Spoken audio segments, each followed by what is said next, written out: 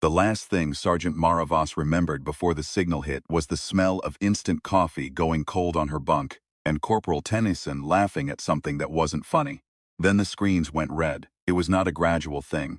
One moment the mess hall wall screen was running the colony's standard evening feed, recycled sitcoms from the inner systems, the kind of content that nobody really watched but everybody kept on for the noise.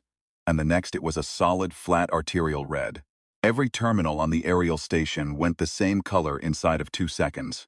Voss knew this because she the incidents logs later, obsessively. The way you check something that scared you badly enough that you want to find the moment it started. There was no moment. It was instantaneous, like the whole network inhaled and forgot to breathe out. Nobody could explain the 2 minutes after that. Voss had 17 fragments of testimony from the 34 personnel who'd been conscious and facing a screen when the event occurred. All 17 said the same thing in different words. There was something in the red. Not a shape exactly. Something that moved the way thought moves. Not with limbs, not with direction, but with intention. And then the red was gone, and the feeds were back, and everyone was standing in slightly different positions from where they'd been before, looking at each other with a specific and unanimous expression that Voss later identified as the face a person makes when they've just forgotten a dream that felt important. She'd had the same expression in the mirror. "Lacrimal culture," said Commander Okafor 2 days later, in the briefing room where the chairs were bolted to the floor because the artificial gravity still hiccuped every few hours since the incident. He was reading from a paper document, which nobody did anymore, which was the first thing Voss registered as wrong. That's what xenolinguistics is calling them. The name is provisional. It derives from the bone structure around the visual apparatus of the first recovered specimen. He paused. They invaded through our eyes. Someone in xenolinguistics has a sense of humor. Voss had asked what a recovered specimen looked like. Okafor had turned the paper face down on the table. Large, he'd said. Feline adjacent. Think of a cathedral that decided to become a predator. She thought about that for a long time afterward. The Lacrimal arrived in force on the 41st day after the signal. They did not arrive in ships, exactly. They arrived in constructs, vast architectural entities that descended through atmosphere in absolute silence.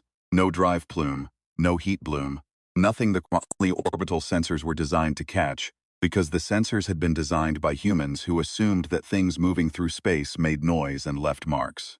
The Lacrimal apparently found this assumption charming, in the same distant way that a river finds a sandcastle charming. The first confirmed visual was logged at 0340 station time by a perimeter drone that lasted 11 more seconds before its feed went the same red as the mess hall screens. What the drone caught in those 11 seconds was this: 4 constructs, each roughly the size of a city block set on its end, positioned at the cardinal points of the colony's outer ring. They were not moving. They were not doing anything that qualified as doing. They were simply present, the way a mountain is present, not threatening exactly, but massive in a way that made threat beside the point. They sat there for 6 hours. Voss spent those 6 hours doing the only thing that felt like it had traction. She walked at the perimeter on foot, carrying a rifle she had no illusions about, and she talked to the soldiers she passed. Not about strategy, not about the constructs on the sensors.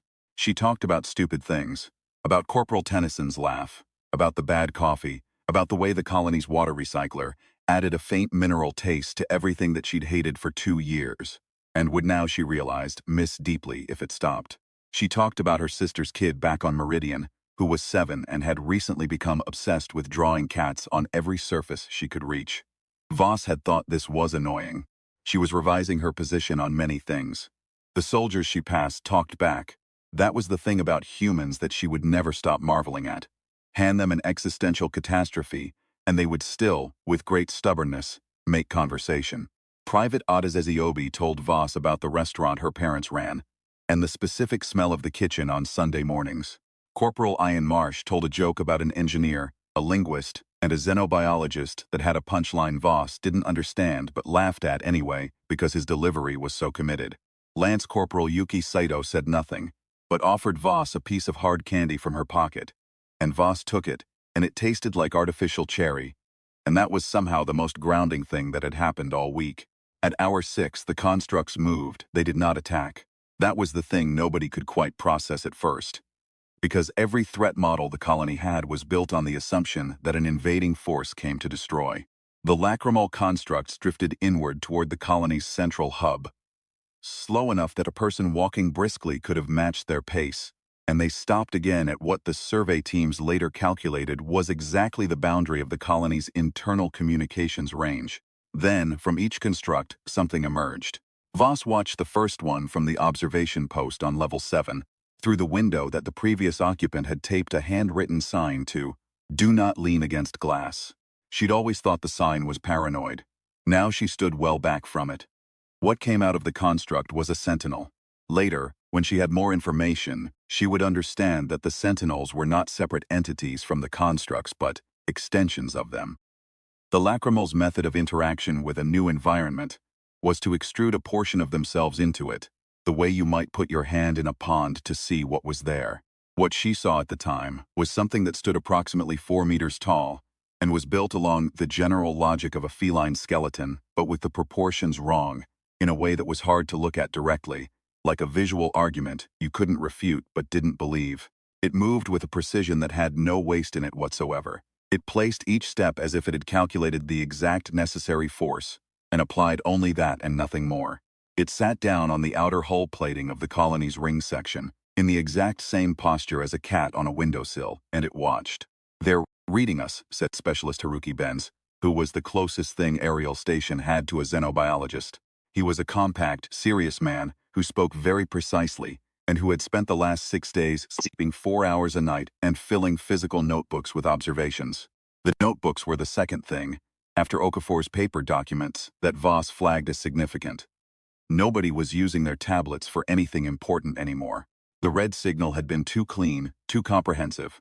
There was a creeping institutional understanding, unspoken because it was too comfortable to say aloud, that anything networked was potentially compromised. "They're cataloging us, learning our patterns before they decide on an approach." "How long do they do this?" Voss asked. "No idea. The signal event was probably step 1. Now they're watching for the effect it had." He paused, turning a page in his notebook. The page was covered in diagrams and dense handwritten text. The signal hit our neural implants, not just our screens. Everyone on the station with a standard-issue neural interface experienced the event directly, not just people who were looking at a screen. Voss had a standard-issue neural interface. Most of the colony did. They were required for basic systems interaction, door access, comms, navigation in 0G sections.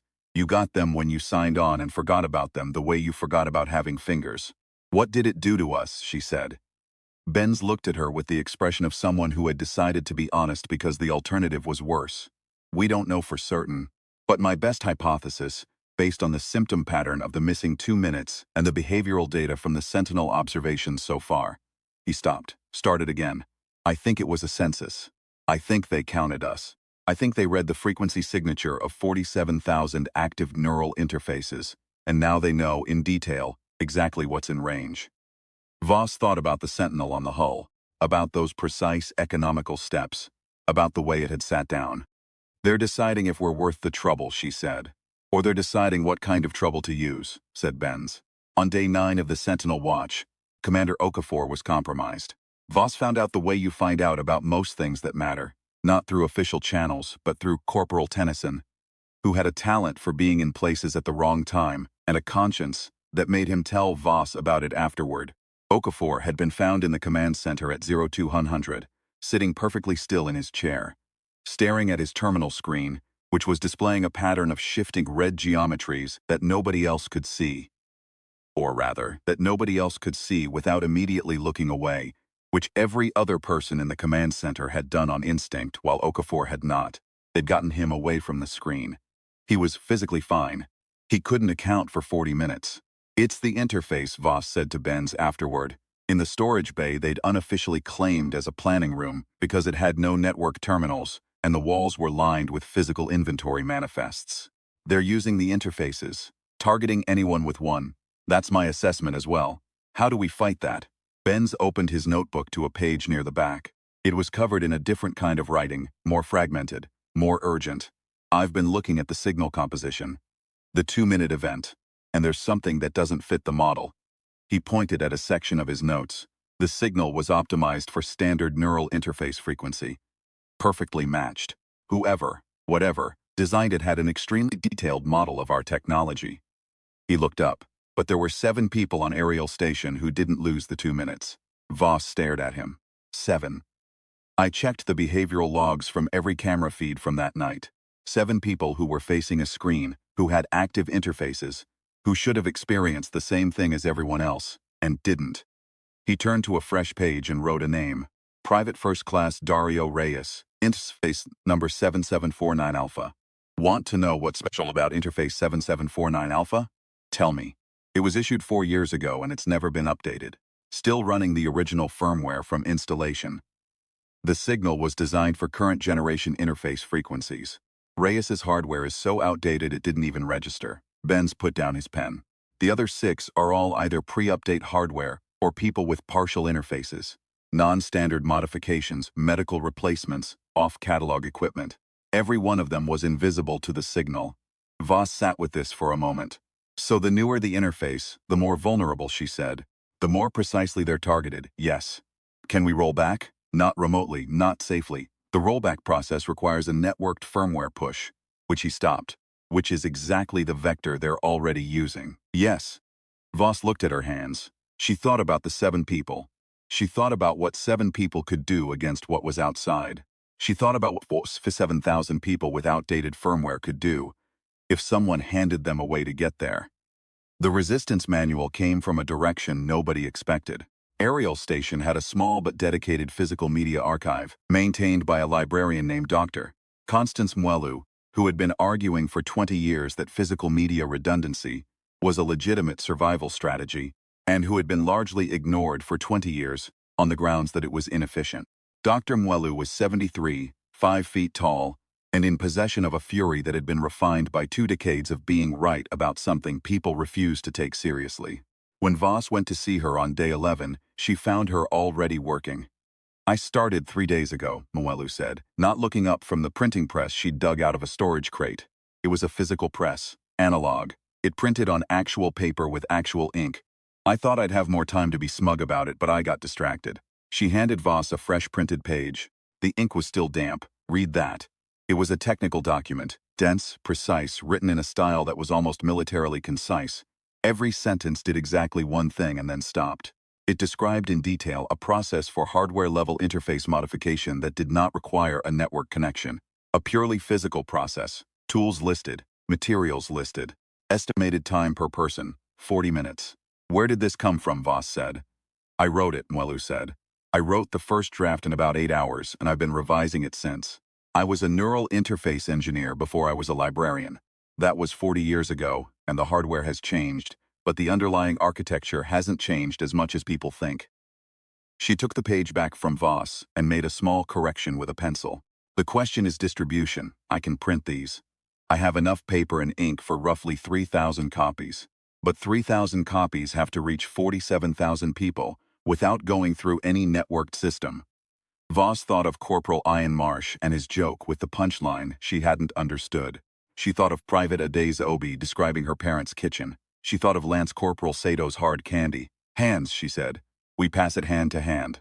Yes, said Mwelu. Exactly. There were problems. The first problem was Okafor.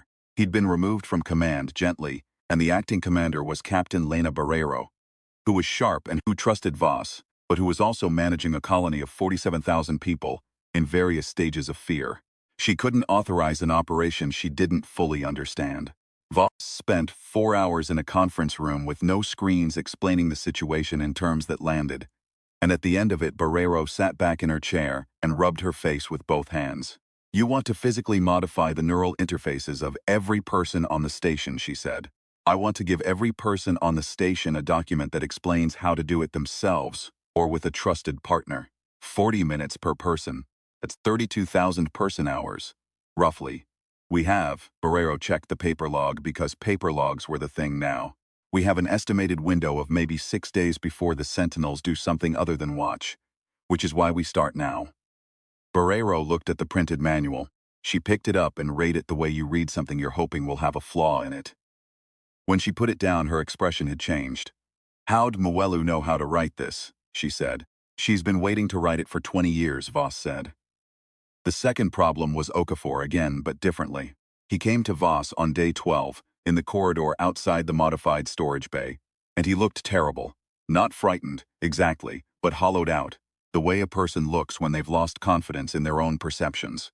He'd always been a big man, broad across the shoulders, the kind of commander who filled a room with physical presence.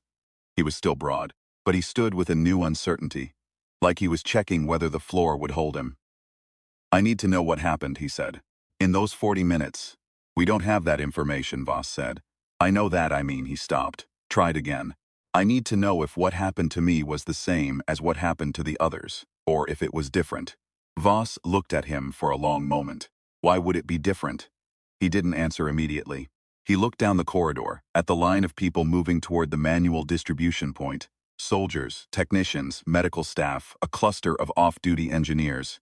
All of them carrying paper. All of them talking to each other in low voices. All of them with the particular focused energy of people who have been given something useful to do in a crisis. "Before I signed on with the Colonial Authority," Okafor said, "I worked private sector, comms infrastructure. There's a company, Helix Networks, that had a contract with the colony before I got here, before anyone here got here. They built the original relay architecture." He paused. "I worked for Helix.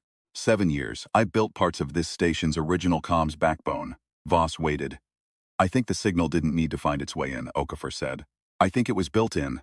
I think something, had access to the architecture a long time before anyone knew to worry about it."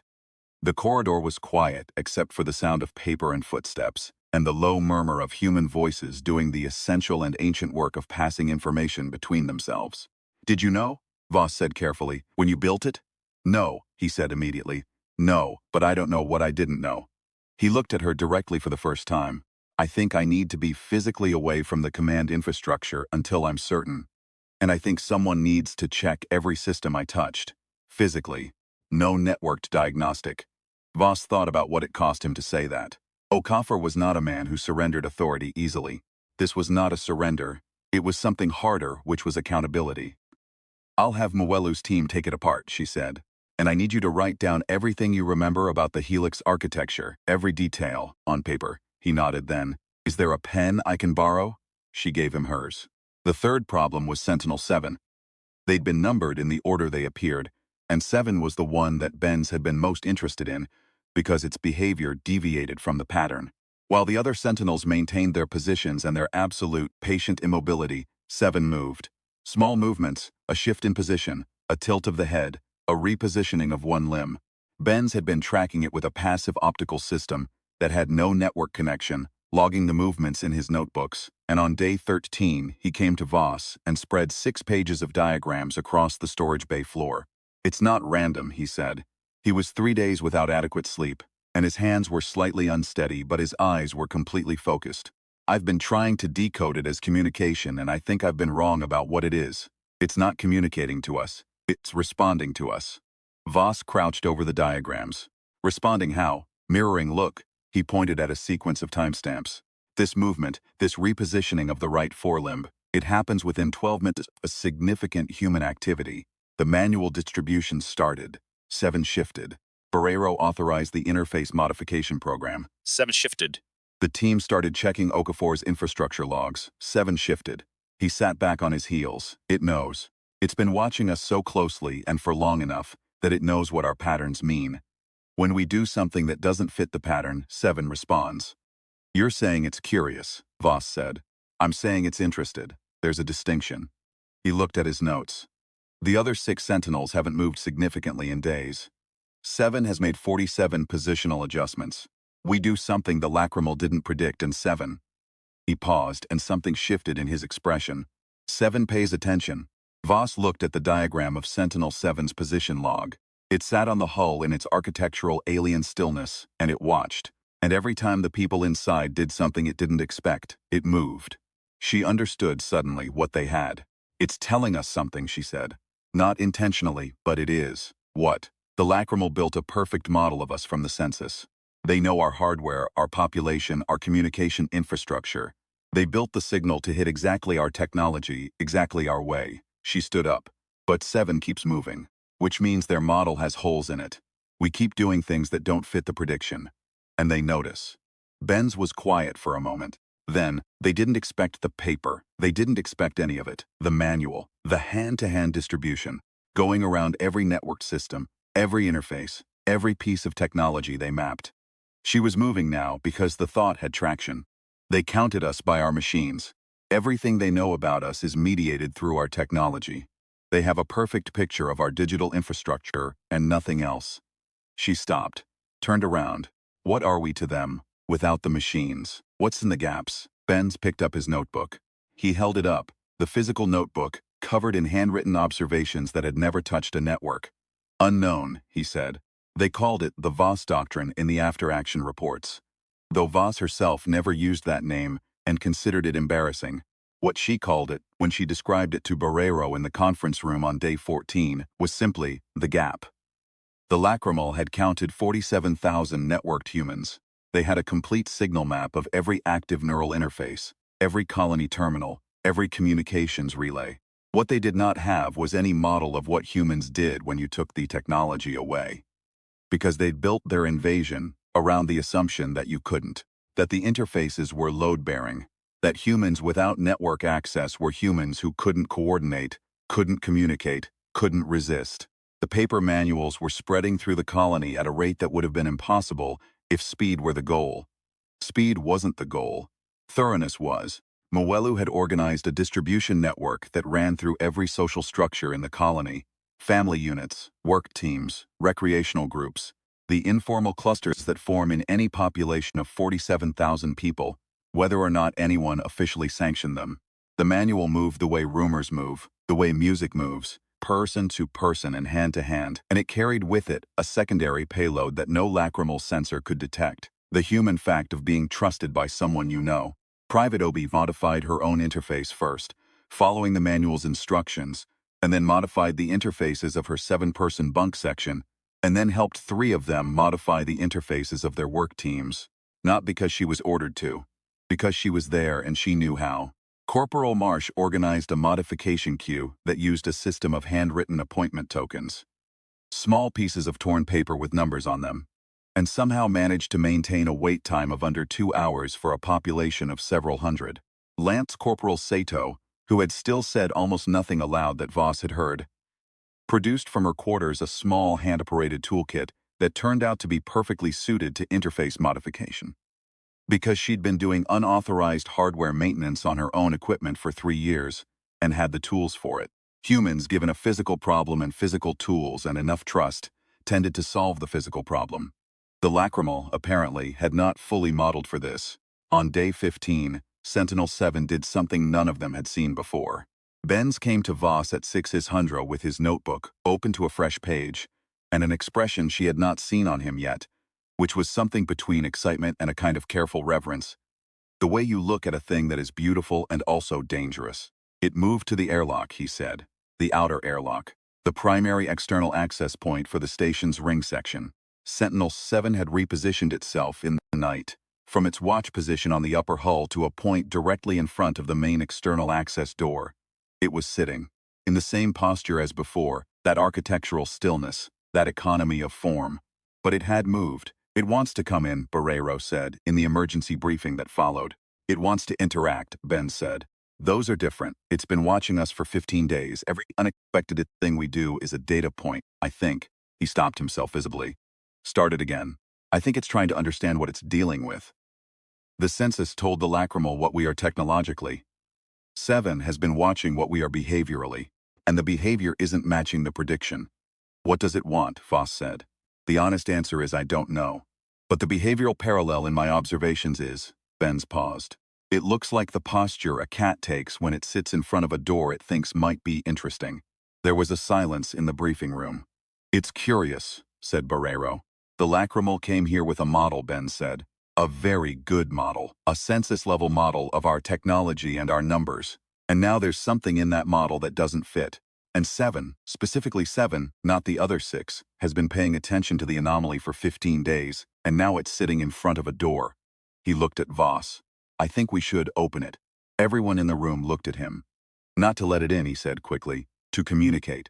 Passive communication. Signal that the door is answerable. That there's something on the other side that is not just behaving, unexpectedly, but is aware that it's behaving unexpectedly. Voss thought about the Sentinel's 47 positional adjustments. She thought about the red screens and the 2 missing minutes. She thought about the census that had been taken through their eyes. They counted us, she said. They looked through our technology, and they counted us, and they came here, expecting to find what they counted. She looked at Benz. What if we gave them something they couldn't count, Doctor? Mwelu printed 1,200 copies of a document that night. It was not a technical manual.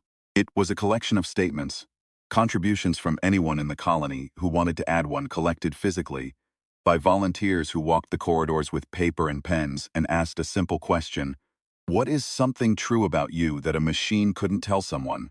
The instructions were that specific. Not biographical facts, not data, something true that a machine couldn't say. Private Obi wrote about the way her mother's kitchen smelled on Sunday mornings, and how she sometimes cooked the same dish in the station mess, just to have the smell. Even though it never tasted right, without her mother's particular impatience with the recipe. Corporal Marsh wrote about a dog he'd had as a child who used to sleep on his feet and who he thought about every time he was very cold. Lance Corporal Sato wrote 3 words: I keep going. Benz wrote 2 dense paragraphs about why he kept physical notebooks, which turned out to be about grief. His partner had died 4 years ago in an accident involving networked navigation failure, and the notebooks were the way he'd decided to carry things that mattered outside the reach of systems that could fail. Okafor, who had spent 3 days writing everything he remembered about the Helix architecture, and who had then sat alone in a room reviewing what he'd written, added a single sentence: I didn't know, and not knowing is its own kind of wound. Voss wrote about her sister's kid, the drawings of cats on every surface. The way the child would draw a cat and then look at it critically, decide it wasn't right, and draw another one, and another, and another, filling whole walls with imperfect cats without ever losing the desire to try again. They printed it on paper. They folded each copy into a specific geometry that Mwelu had designed, a shape that had no digital analog, that existed only in 3 dimensions, that required human hands to make and to open. And they opened the outer airlock door, not all the way, not enough to compromise the seal, but enough that the corridor of space beyond it was accessible. And they used a simple mechanical launcher to send the folded documents into that space, one by one, where Sentinel 7 sat waiting. 7 caught the first one. Voss watched through the passive optical feed. No network connection, a cable running directly to a monitor that had been manually disconnected from every system. And she watched the Sentinel catch the folded paper document out of the vacuum with a precision that was almost tender. It did not tear it. It did not crush it. It held it with the same economy and exactness that characterized all its movements, and then it was still for a long time. Then it did something none of them expected. It opened the document, not tore it open, opened it. Followed the full geometry that Mwelu had designed, reversing each fold in sequence, the way you open an origami figure that someone has made carefully. The folded geometry required understanding of the fold logic. The lacrimal figure worked backward through the folds correctly on the first attempt. It understands physical structure, Ben said quietly. He was standing next to Voss, watching. His notebook was open, but he wasn't writing. It understands that the shape is intentional, that the shape carries meaning. 7 held the open document in its extended limb, that precise, unhuman grip, and was still again. Then it moved. Slowly, with the same economy it brought to everything, it turned its head. Away from the airlock, away from the document, toward the other 6 sentinels on the hull, then back. It's reporting, Voss said. Or deciding, said Benz. There was a very long time in which nothing happened except 7's continued stillness, and the recycled air in the monitor room, moving quietly through the vents in Private Obi, who was standing near the back wall, beginning very quietly to hum something under her breath. An old song, something her mother had sung. A thing from a kitchen on Sunday morning that no census had ever recorded. 7's head turned toward the airlock. Not a large movement, almost imperceptible, but it turned, and the precision of that turn was different from the surveillance precision that had characterized all its previous movements. It was something else. An orientation. A response. It had heard the humming, or detected it, or something. Voss made a decision. Open the internal comm, she said, not the network. The physical speaker array, analog, cable connected, with no digital component, patch it through to external output, passive only. Someone looked at her. Obi, she said, keep him. What happened next took 11 hours. There is no clean way to describe the contact event. The first sustained bidirectional exchange between a human being and a lacrimal sentinel, because it did not have the shape that any model had predicted. It was not language. It was not exactly communication, in the sense that neither party transmitted propositions that the other party received and decoded. What it was closer to what happens in a room full of people when one person begins to hum and another person, without thinking, begins to hum back. Seven responded to the sounds from the external speaker with a series of subsonic emissions that the passive sensors registered as patterns. Not random, not mechanical, but structured the way music is structured, built around interval and repetition and variation. Benz, who had experience with acoustic xenobiology, said afterward that he had never in his career encountered anything that sounded so much like something trying to remember a melody it had heard from very far away. Obi didn't know she was doing something historic. She'd asked quietly if she could keep going, and Voss had said yes, and she'd kept going. Moving through the songs she knew, the Sunday kitchen songs, the ones her mother sang, the ones from before. Other people in the monitor room began to add things quietly. Marsh told the joke again, the one with the punchline nobody understood, and Seven's emissions shifted in a way that Ben's logged as a significant anomaly. Saito said, very quietly, "I keep going." And Seven was still for a moment, and then it emitted something long and singular that the sensors couldn't categorize. 11 hours. At the end of 11 hours, Seven moved away from the airlock, not toward the other sentinels, not back to its watch position. It moved to the outer hull and sat, and something changed in the colony's sensor readings that the technicians couldn't explain immediately. And then specialist Haruki Benz, who had not slept in 30 hours and whose notebook was full to the last page, looked at the readout and said, "The signal, the frequency, it's changed, not gone, changed." The lacrimal frequency that had been sitting at the edge of the colony's sensor range since day one, the low background hum of their presence, had shifted. The specific frequency that had been calibrated to current generation neural interface hardware, the census frequency, the control frequency, was no longer there. Something else was broadcasting now. Something that did not match any neural interface architecture, current or obsolete. "It can't find us," Voss said. Not as a question. Benz looked up from the readout. The physical modifications. 47,000 people with hardware that no longer matches the lacrimal model. He looked at his notebook at the pages of observations and equations, and grief and diagrams. And the gap. Everything in the gap. Everything that wasn't in the census. He was quiet for a moment. "I don't think the signal can address what isn't in the model." The other 6 sentinels began, over the next 3 hours, to move. Not toward the colony, away. Back toward the constructs which were already rising. Slowly, with that profound and unhurried silence, back through the atmosphere and out into the dark. Seven was the last to go. It sat on the outer hull for another hour after the others had returned to their constructs. Voss watched it through the passive optical feed. It was facing the airlock, not doing anything, just sitting. Then it stood, and it walked back to the construct with that exact economical stride, and it did not look back. And the construct rose, and the 4 shapes that had rested at the cardinal points of the colony lifted and were gone into the dark without a sound. The cleanup took months. The helix architecture, Okafor's old work, the infrastructure built before anyone knew to worry, was disassembled physically, section by section, replaced with hardware that had been manufactured in the colony's own fabrication bays by people who could account for every component. It was slow, it was inefficient, Dr. Mwelu said, approximately once a day, that she was not even going to point out that she had been telling them this for 20 years, because she was above that, and then pointed it out anyway. Commander Okafor returned to duty after 6 weeks and ran his section out of an office with no networked terminals and a handwritten schedule on the wall. He was a different kind of commander afterward. Not worse, not less capable, but slower and more deliberate. In the way that someone is slower and more deliberate after they've learned that certainty is a thing you can lose. He kept a paper journal. He wrote in it every day. Nobody asked what he wrote. Voss was promoted twice in the next year, and refused both promotions on the grounds that what she was doing mattered more than what the promotions would have her doing instead. This was insubordinate in a way that the colonial authorities' disciplinary code didn't quite have language for, and so they let it go and gave her a citation she put at the bottom of a drawer. Benz published his observations, not digitally.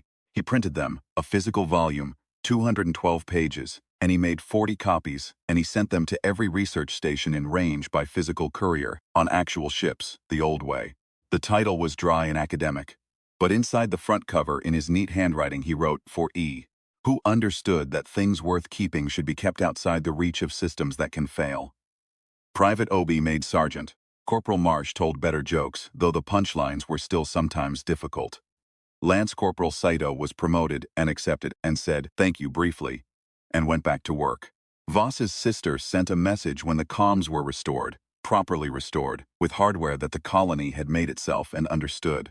The message was mostly about her daughter, who had, apparently, moved on from drawing cats and was now obsessed with drawing birds, covering every reachable surface with imperfect birds, and would not stop. The daughter had asked, in the message, if her aunt had seen any aliens, and if they were scary, and if she had been scared. Voss wrote back on paper, because she was in the habit now, and she sent the letter by ship, because it would take 4 months to arrive, and that was fine. She wrote yes and yes and yes. But the scary thing about fear is that it runs out. You get to the bottom of it, and on the other side is something else. I don't have a good word for it. It's the thing that made Obi hum in a room full of people who were afraid. It's the thing that made Marsh tell a joke in the dark. It's the thing that made the woman who runs our library print 1,000 copies of a manual nobody knew they needed and hand them out to strangers, who passed them to strangers, who passed them to strangers. She thought about the right word for a long time. She wrote, "Whatever it is, it's ours. They couldn't count it because it isn't in the machines, it's in the gap. It's in the things we do when there's no reason to do them, except that we are the kind of thing that does them. Keep drawing the birds," she wrote. "Even the ones that don't look right. Keep going." And Sentinel-7, somewhere in the dark between stars, adjusted its position by a fraction of a degree, and was still and watched.